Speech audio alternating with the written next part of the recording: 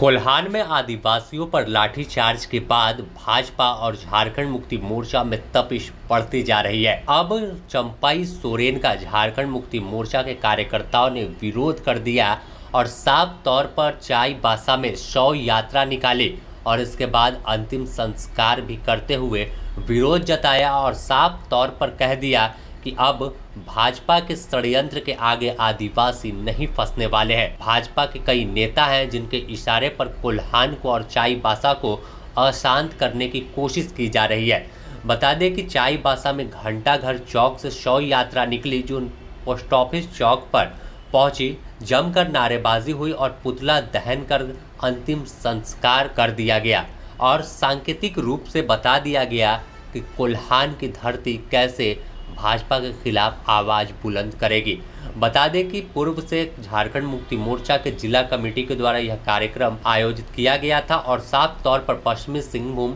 झारखंड मुक्ति मोर्चा के कई नेता इस कार्यक्रम में शामिल हुए और साफ तौर पर उनका कहना है कि कोल्हान की शांति और विधि व्यवस्था को भंग करने की कोशिश है। बेकसूर आम लोगों को उकसाकर भाजपा विरोध करवा रही है और लाठी चलता है फिर वह जेल चले जाते हैं। अब अगर देखें तो बीते सोमवार को नो एंट्री की मांग को लेकर चाईबासा के तोम्बा चौक के पास तमाम आदिवासी जो स्थानीय चाईबासा के रहने वाले थे वह प्रदर्शन कर रहे थे, लेकिन ठीक रात के अंधेरे में अचानक पुलिस की टीम पहुंची और पुलिस टीम पहुंचकर वहां उनसे नोक झोंक हो गई जो धरना दे रहे थे। इसके बाद जमकर आंसू गैस के गोले चले, आदिवासियों पर लाठियां चटकाई गई। इस घटना के बाद से पूरे इलाके में बवाल मचा और जब सुबह हुई तो फिर कोल्हान बंद का ऐलान कोल्हान टाइगर यानी चंपाई सोरेन के साथ कई आदिवासी संगठन ने कर दिया। इसका असर भी बुधवार को देखने को मिला।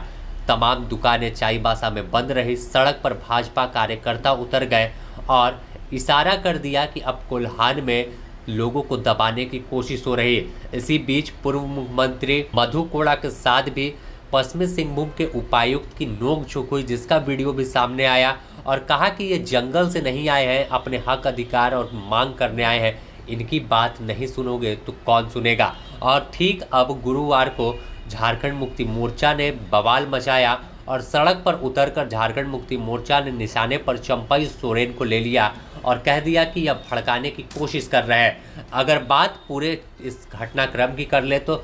नो एंट्री करने की मांग को लेकर लंबे समय से चाईबासा के लोग सरकार और स्थानीय जिला प्रशासन से मांग कर रहे हैं कि बड़े वाहनों की आवाजाही दिन के समय रोकी जाए, रात में आवागमन सुचारू रूप से चालू किया जाए, इससे दुर्घटना कम होगी। कई आंकड़े दिखाए जा रहे हैं जिसमें बताया जा रहा है कि महीने भर में हमने 20 से अधिक लोगों को खोया है, अपने लोग हर दिन मर रहे हैं, तो आखिर नो एंट्री करने में क्या है। लेकिन इस पूरे मामले पर प्रशासन ने कोई पहल नहीं की, जिसके बाद आंदोलन उग्र होता दिख रहा है और अब सीधे तौर पर आमने सामने झारखंड मुक्ति मोर्चा और भाजपा है और इसमें भी सबसे निशाने पर अगर कोई है तो चंपाई सोरेन, जो कभी झारखंड मुक्ति मोर्चा के साथी थे, दिशोम गुरु शिबू सोरेन के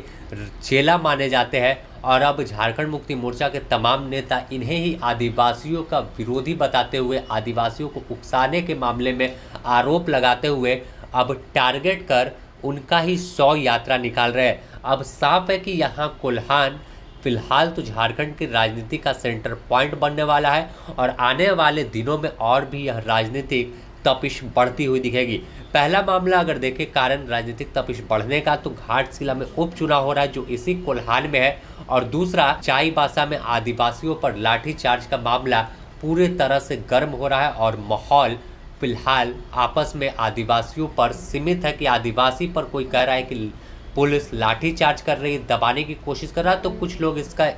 आरोप भाजपा पर लगा रहे हैं कि भाजपा के इशारे पर पूरा खेल चल रहा है। Bureau report, the news post, Ranchi.